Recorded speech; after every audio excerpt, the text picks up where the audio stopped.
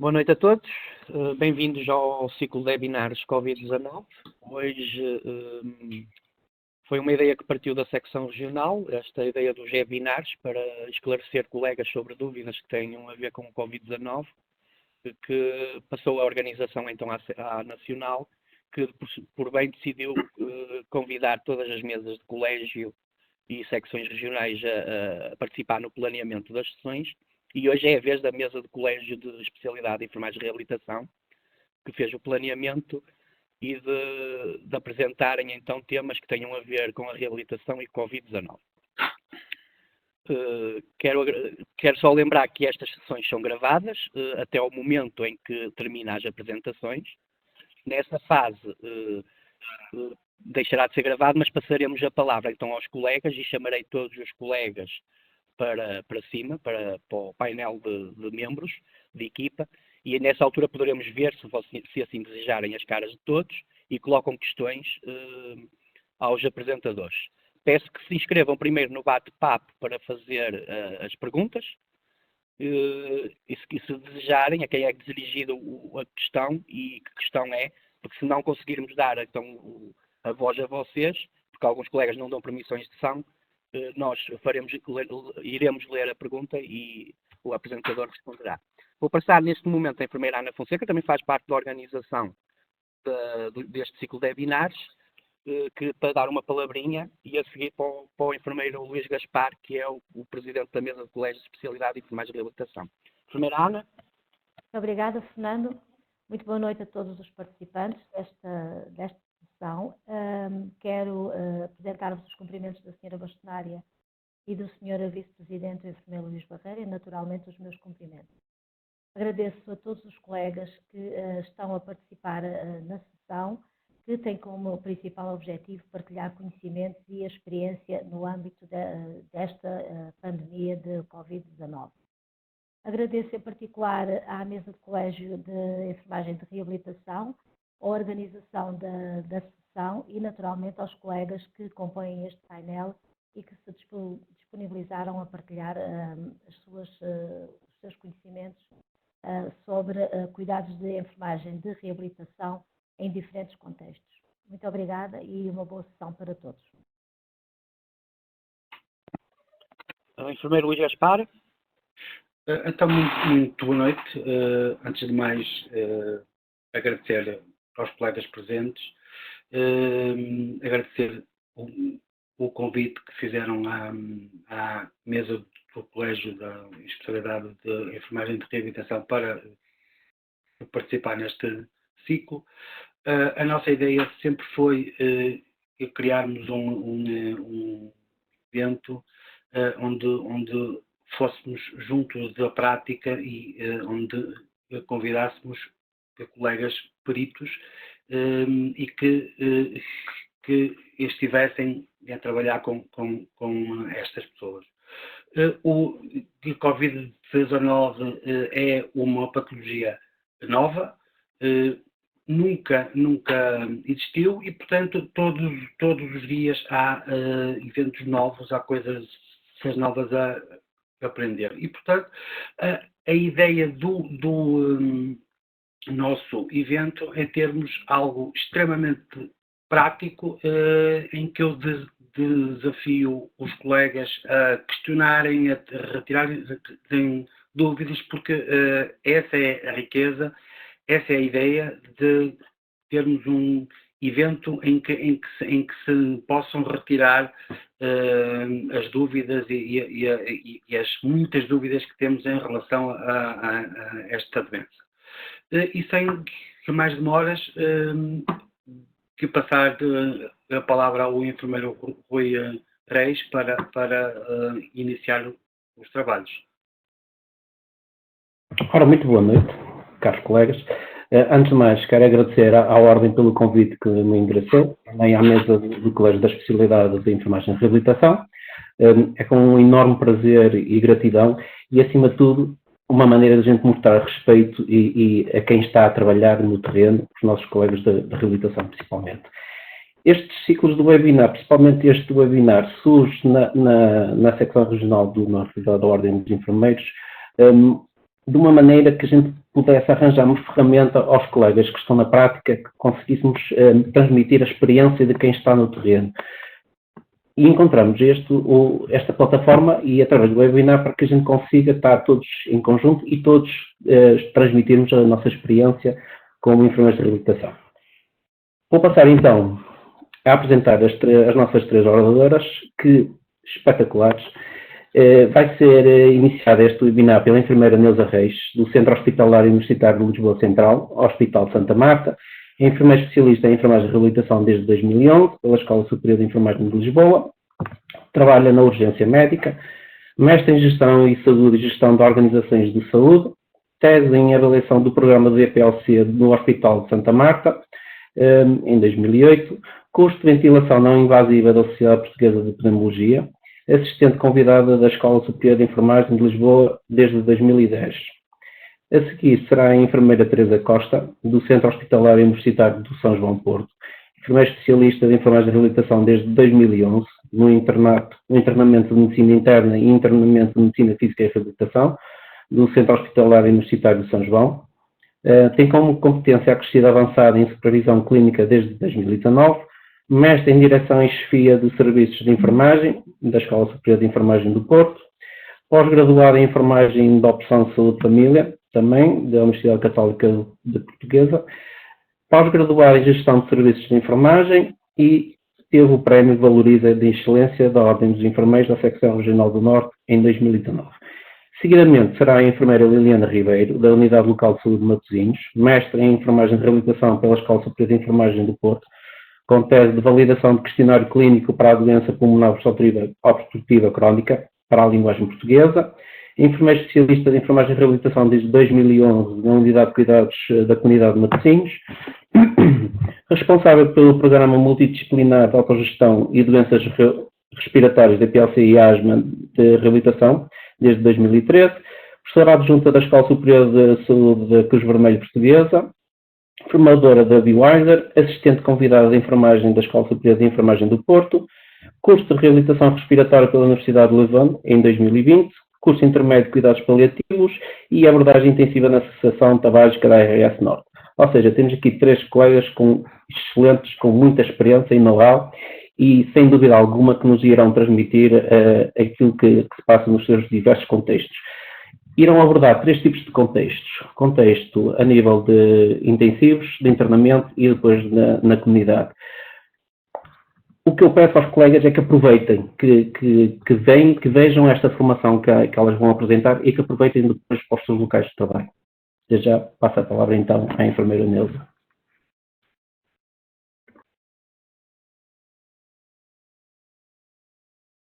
Muito boa noite. Em primeiro lugar, eu gostaria de agradecer à Ordem dos Enfermeiros pelo dinamismo deste webinar e, acima de tudo, agradecer à mesa de especialidade pelo convite que me prestou, de forma a que se consiga, neste bocadinho de tempo, nesta reunião, conseguirmos debater alguns assuntos que nos preocupam e que é da preocupação de todos no nosso dia-a-dia.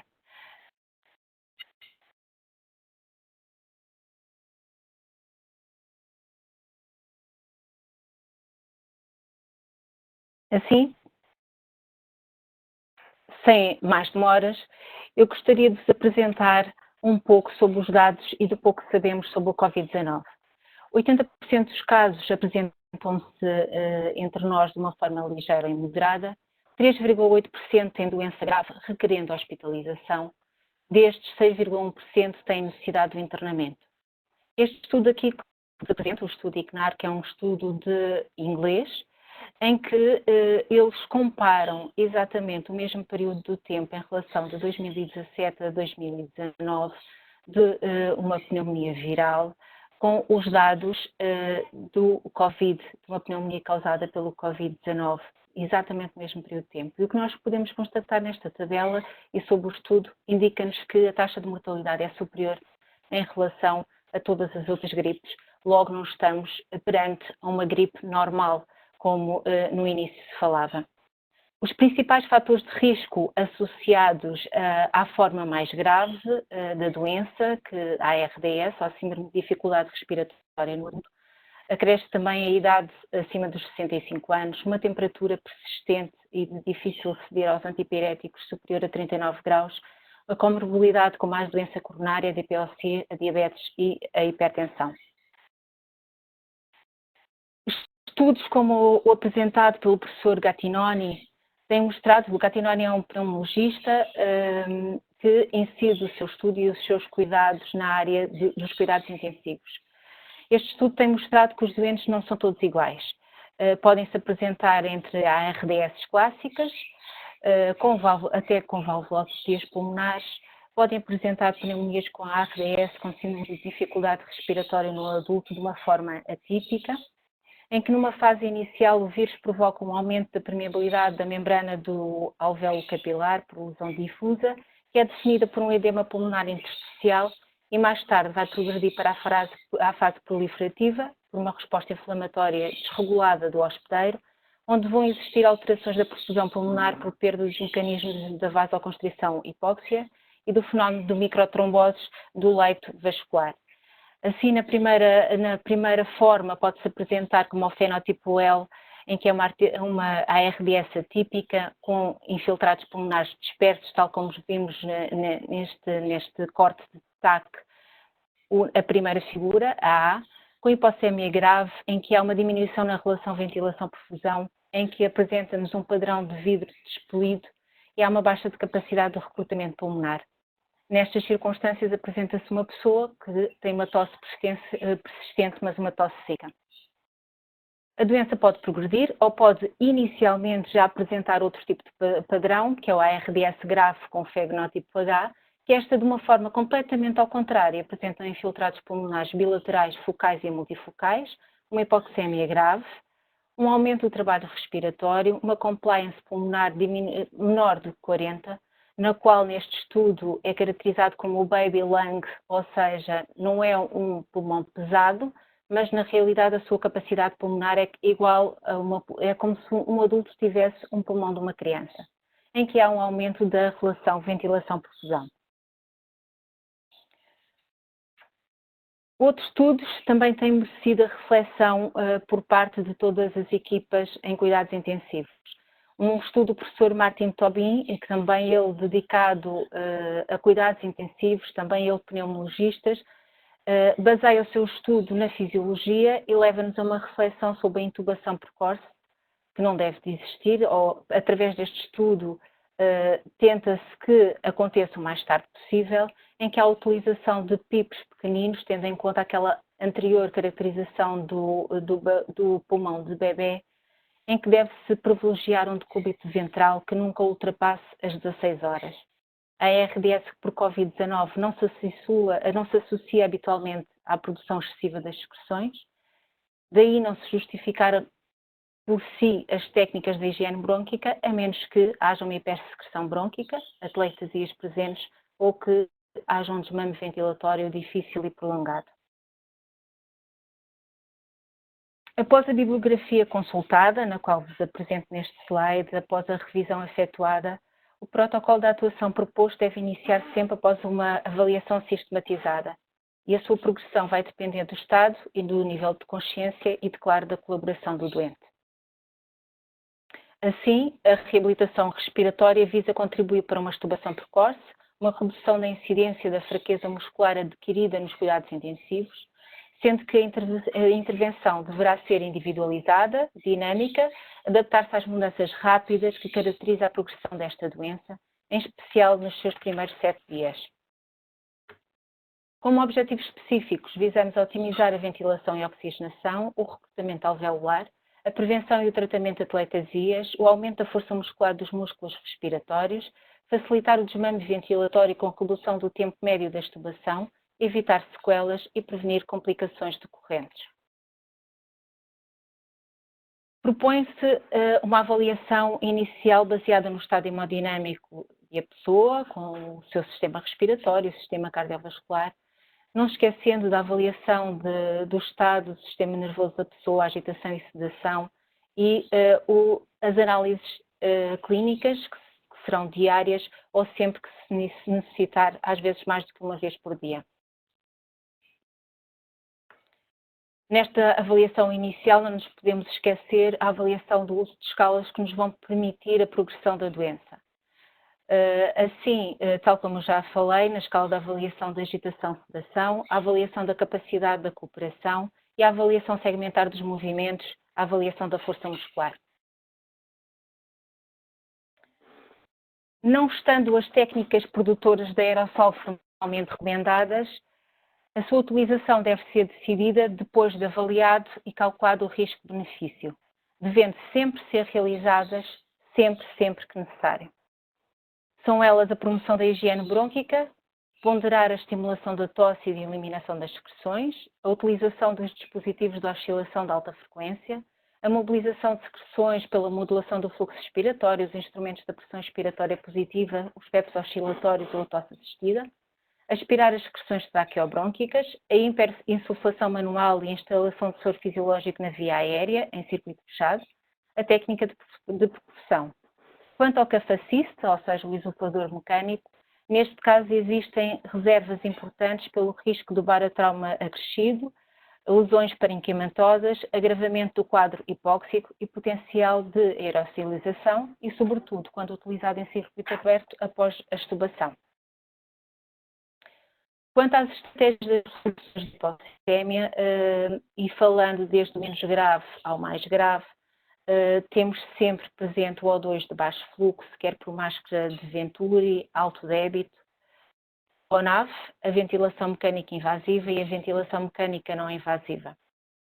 Pretende-se com esta abordagem otimizar a pessoa de forma a que apresente saturações periféricas na ordem dos 92-96%, melhoria da dispneia e que obtenha uma frequência respiratória inferior a 25-30%. Há sempre esta ponderação entre a ventilação mecânica invasiva e a não invasiva ou a ventilação espontânea. Não nos podemos esquecer que a ventilação espontânea vai preservar a atividade diafragmática.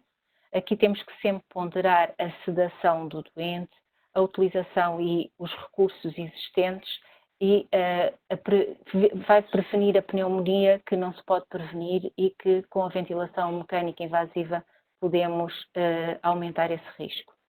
Na ventilação mecânica invasiva também temos de ter em conta a lesão pulmonar e em conta também teremos que ter que o doente estando ventilado mecanicamente há uma redução do risco de transmissão dos doentes entre profissionais, estando ele em circuito fechado.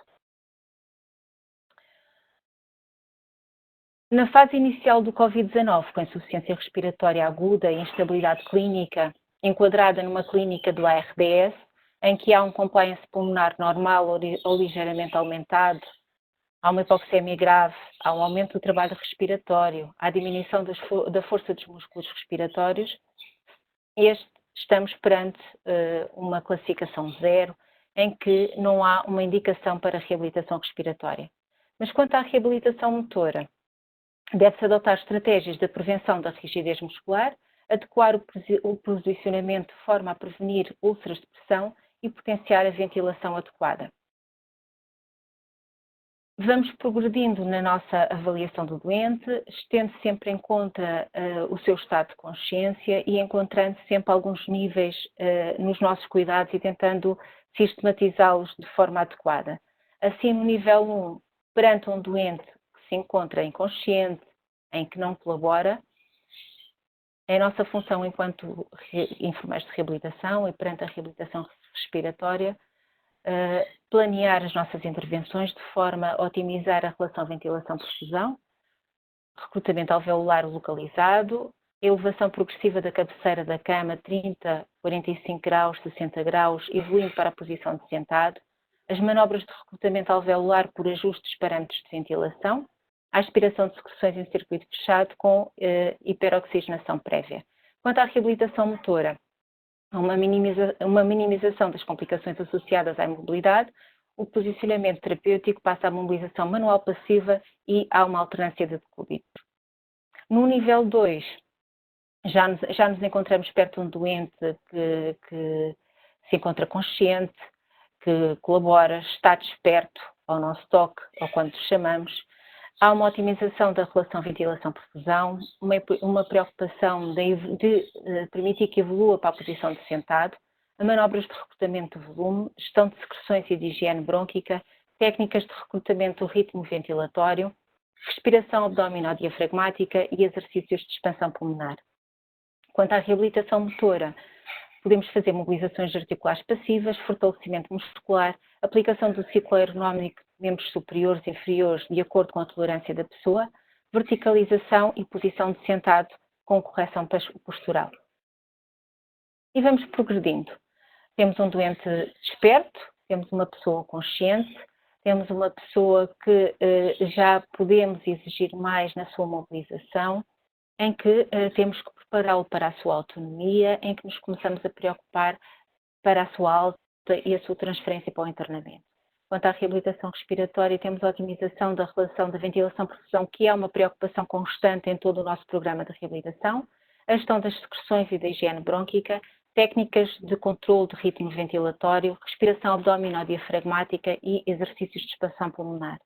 Na reabilitação motor, e aí vemos grandes evidências nas medidas de posicionamento e nas técnicas para assistência e correção postural, com transferência ativa para a cadeira, intervenções neuromotoras funcionais, mobilização ativa assistida, ativa resistida, aplicação do ciclo ergonómico, tal como já falamos no nível anterior, fortalecimento muscular, verticalização e posição de sentado e treino de equilíbrio sentado e evoluir dinâmico. E o nosso objetivo é termos uma pessoa, tal como esta que nos mostra aqui nesta figura, embora não seja um doente que tenha passado lá agora pela unidade, se vê a sua satisfação que, embora ainda conectado a uma prótese ventilatória, consegue já estar a erguer e estar autónomo. Já antes e de uma forma conclusiva, para terminar, resta-me salientar que a pessoa com SARS-CoV-2 em contexto de cuidados intensivos associamos sempre a períodos prolongados de ventilação mecânica invasiva, uma pessoa que tem durante bastante tempo e que está pseudoanalgesiada, tem um síndrome pós-internamento em cuidados intensivos devido à sua imobilidade. A prestação de cuidados de reabilitação respiratória, cada vez mais precoce e em equipa, em contexto do SIS, faz a diferença no prognóstico e contribui para a qualidade de vida da pessoa. Desta forma, quero agradecer mais uma vez esta mesa e esta oportunidade para partilhar todos estes conhecimentos, estando aberta a qualquer questão colocada por vós. Muito bem, primeiramente, certeza que vão surgir aí algumas perguntas do que apresentou. Excelente, cumpriu o tempo e agora passamos para a enfermeira Teresa.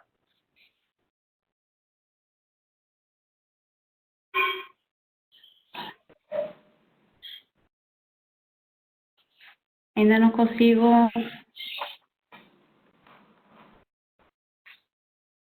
Já pode.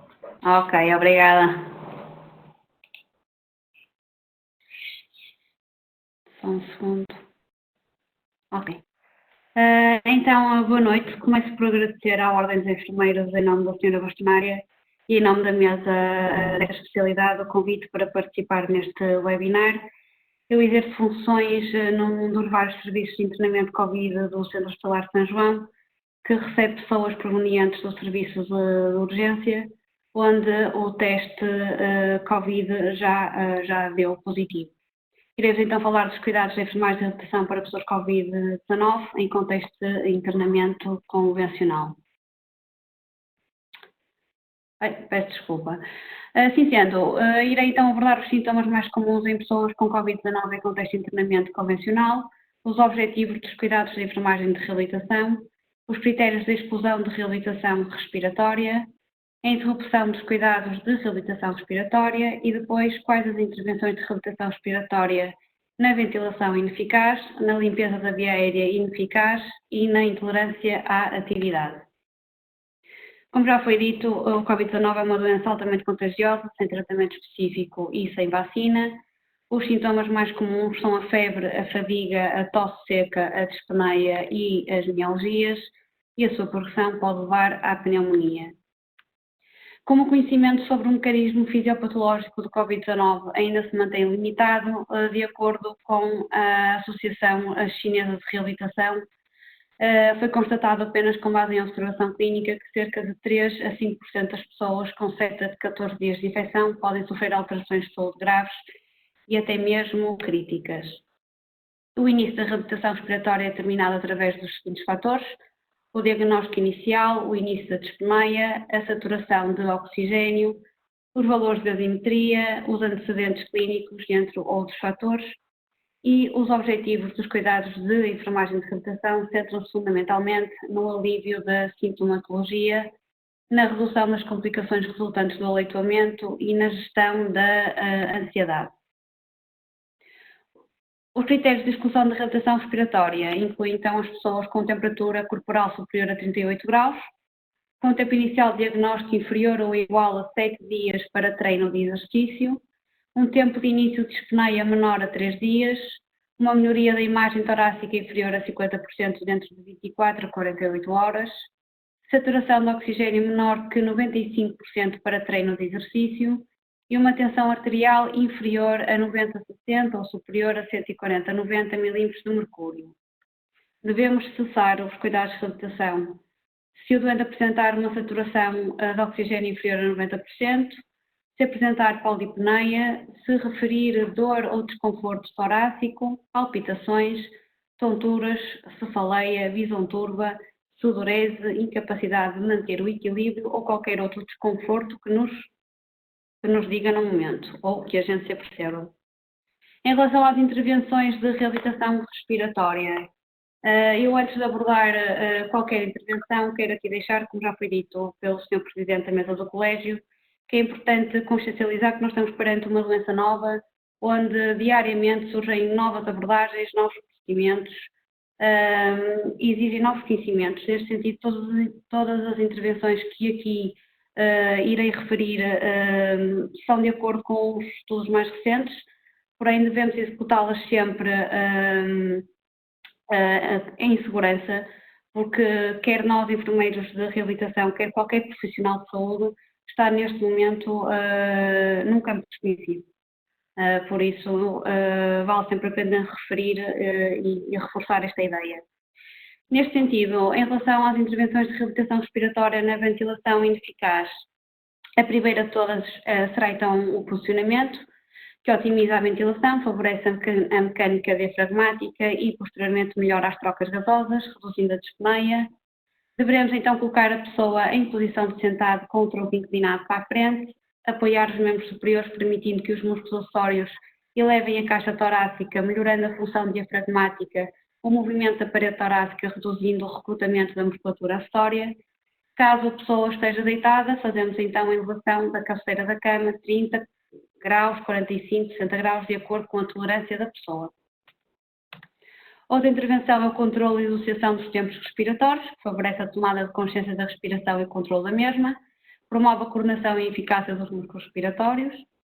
Outra intervenção é a inspiração com lábios semicerrados, que produz maior pressão na árvore brônquica e maior volume corrente, evitando colapso dos alvéolos circundantes durante a expiração e diminui o trabalho respiratório associado. Temos a reeducação diafragmática, que melhora a excursão diafragmática e promove o fortalecimento muscular das diferentes porções do diafragma, minimiza a intervenção dos músculos acessórios ao ativar o diafragma durante a expiração e sempre de acordo com a tolerância da pessoa. Exercícios de expansão torácica, que melhora a ventilação pulmonar, e inspirometria de incentivo, que aumenta os volumes inspiratórios, e melhora o desempenho dos músculos inspiratórios. Quanto à limpeza da via aérea ineficaz, a mobilização e a drenagem das secreções traqueobrônquicas deverá ser realizada apenas quando a sua presença condiciona a oxigenação e o conforto. Neste sentido, começamos então pela tosse dirigida, pedindo à pessoa que simule uma tosse eficaz e ela própria limpe a via aérea. Caso não consiga, fazemos então a tosse assistida, aplicamos pressão externa a nível da caixa torácica ou região epigástrica coordenada com a inspiração forçada da pessoa, de forma a que a tosse seja mais eficaz, limpando a via aérea. E temos também um ciclo ativo da respiração.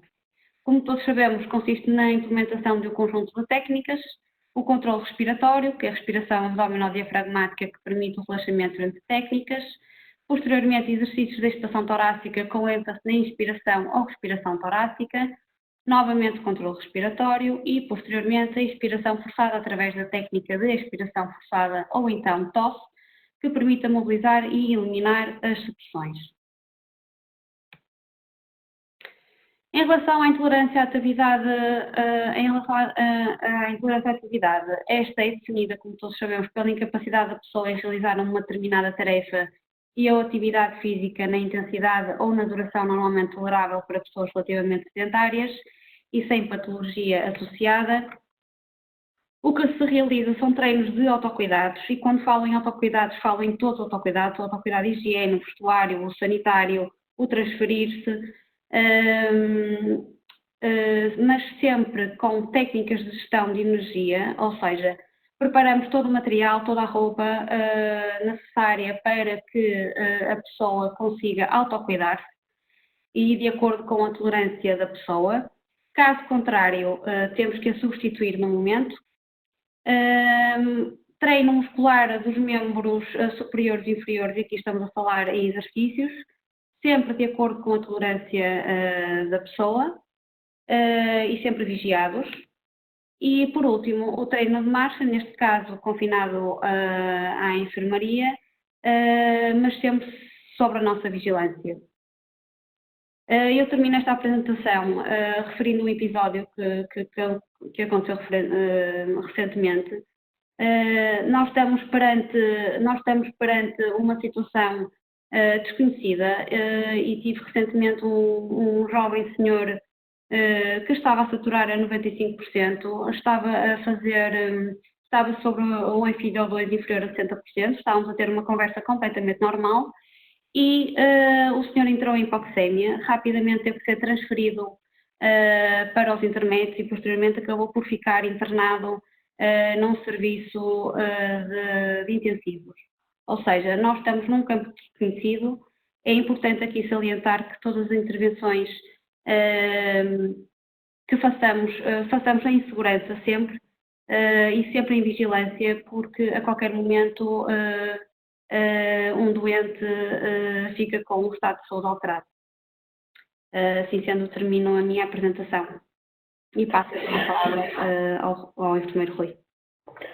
Muito bem, enfermeira Teresa, concisa e muito explícita, deu aí uns pormenores muito interessantes para os colegas que estão na prática e também demonstra bem o trabalho que a gente tem a nível do internamento, em que os enfermeiros de reabilitação têm que estar nos cuidados inerentes ao enfermeiro especialista em enfermagem de reabilitação.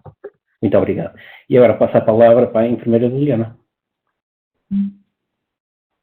Olá, boa noite. Eu agradeço o convite à Ordem dos Enfermeiros por estar aqui presente e dar o contributo dos enfermeiros de reabilitação que estão na comunidade e espero ir aqui ao encontro das vossas expectativas. Estima-se que a maioria das pessoas com Covid-19, cerca de 80%, que apresentará formas leves a moderadas da doença e que, por conseguinte, permanecerá no seu domicílio sob acompanhamento telefónico da sua equipa de saúde, através do Trace Covid, a plataforma que já todos conhecemos. Através do isolamento em domicílio, apesar de se assegurar a não transmissão da doença, consideramos que a pessoa deve também manter um acompanhamento especializado, levando à otimização do seu processo de cura, sem complicações associadas, que são responsáveis, estas complicações, por internamentos ou reinternamentos. Posto isto, o enfermeiro especialista em enfermagem de reabilitação, com o seu corpo de conhecimentos e competências específicas, tem nos cuidados primários e, nomeadamente, nas unidades de cuidados na comunidade, que é onde, de facto, podemos exercer as nossas funções de especialistas, um papel-chave na concepção e implementação dos cuidados adequados à pessoa com Covid-19. É uma doença nova, pouco se sabe ainda sobre esta doença, estimam-se várias teorias, mas, de facto, comprovadamente, ainda sabemos muito, muito pouco. E porquê que eu estou a acrescentar isto? De facto, tenho alguma dificuldade em aplicar todos os nossos conhecimentos validadíssimos de reabilitação respiratória à doença Covid-19, porque de facto não sabemos se a resposta vai ser a mesma que uma doença, por exemplo, com uma DPOC. Aquilo que sabemos é que precisamos de prevenir complicações da doença, quer a nível dos sintomas respiratórios, quer a nível dos sintomas motores. A vigilância que é feita a este estes doentes é uma vigilância genérica, feita pelo médico de família, pelo enfermeiro de família. Portanto, podemos acrescentar aqui algo especializado. E a reabilitação respiratória na fase pós-aguda ou no pós-alta é importante no sentido de melhorar a função respiratória, melhorar a miopatia, a astemia e a fraqueza da musculatura periférica decorrentes quer da imobilidade, quer de outras patologias acessórias, e também a ansiedade associada à doença e às limitações impostas. Então, o que fazer? Nós consideramos que o controle ventilatório, através da exercição dos tempos respiratórios, também os exercícios respiratórios, nomeadamente para o controle da dispneia e para a expansão pulmonar, são fundamentais para prevenir as complicações associadas à Covid-19, que já vamos tendo algumas descrições. A técnica da tosse, e uma vez que, como aqui já foi dito, a Covid-19 cursa habitualmente com uma tosse seca, que deve ser, na medida do possível, inibida, mas que depois será de competência médica. Aqui, quando existem complicações associadas ou então comorbilidades associadas, uma doença pulmonar crónica, por exemplo, que produza secreções, quando é uma tosse produtiva, ela deve ser incentivada e, portanto, devem ser incentivadas as técnicas de tosse assistida. A higiene brônquica é fundamental, ensinar a pessoa que deve reforçar a sua higiene brônquica e executar a sua higiene brônquica, sobretudo à noite, antes daquele tempo em que vamos ter uma estase brônquica, e também de manhã, pós esse tempo de estase brônquica. O exercício físico. Na comunidade, temos que ter o cuidado acrescido da segurança. Nós estamos em casa do doente, não estamos no hospital com um carro de emergência ao lado e temos sempre que primar pela segurança do doente. Portanto, o exercício físico é sempre de baixa intensidade neste doente com Covid. Um Borg que habitualmente utilizamos para monitorizar esta intensidade com um máximo de 3. E outra situação bastante comum na comunidade de encontrarmos erros crassos é na técnica inalatória com câmara expansora e a sua manutenção. É fundamental explicarmos a uma pessoa que passou agora a usar uma técnica inalatória, a usar um dispositivo novo e que está no processo de doença e que não foi ainda ou não está ainda capacitada para utilizar e manter. Assumir que esta pessoa à partida vai estar sozinha ou com pouco acompanhamento devido ao risco de contágio, e é importante nós reforçarmos esta necessidade. Não são poucas as vezes que na comunidade, quando estamos no domicílio, nós observamos câmaras expansoras sem qualquer manutenção, e isto é importante quer para o controle de infecção, quer até para o efeito da medicação. Depois, a identificação de sinais de agravamento. Isto aqui é fundamental, o acompanhamento especializado é importante também nisto. Importante que a pessoa compreenda quais são os sinais de agravamento, de uma vez que sabemos que a evolução da Covid-19 tem sido, nesta fase de agravamento, tem sido rápida. Quando começam a aparecer alguns sinais de agravamento, nós devemos atuar e devemos articular com os hospitais de referência. A questão é identificar precocemente estes sinais, de modo a não deixar que haja aqui um agravamento e por todas as técnicas que vamos ensinando de gestão de dispneia, não fazer com que a pessoa fique ali a gerir a dispneia até já não puder mais. Portanto, faz sentido identificar os sinais precocemente, de modo a poder atuar também precocemente. Os sinais de alerta são fundamentais. Nós encontramos aqui na bibliografia aqueles que nós recomendamos a todos, são a dispneia, em caso de dispneia, em caso de tonturas, cefaleia, dor torácica, e chamo-vos só a atenção. Na literatura está descrito saturação de O2 inferior a 93 ou de saturação de 4 pontos percentuais.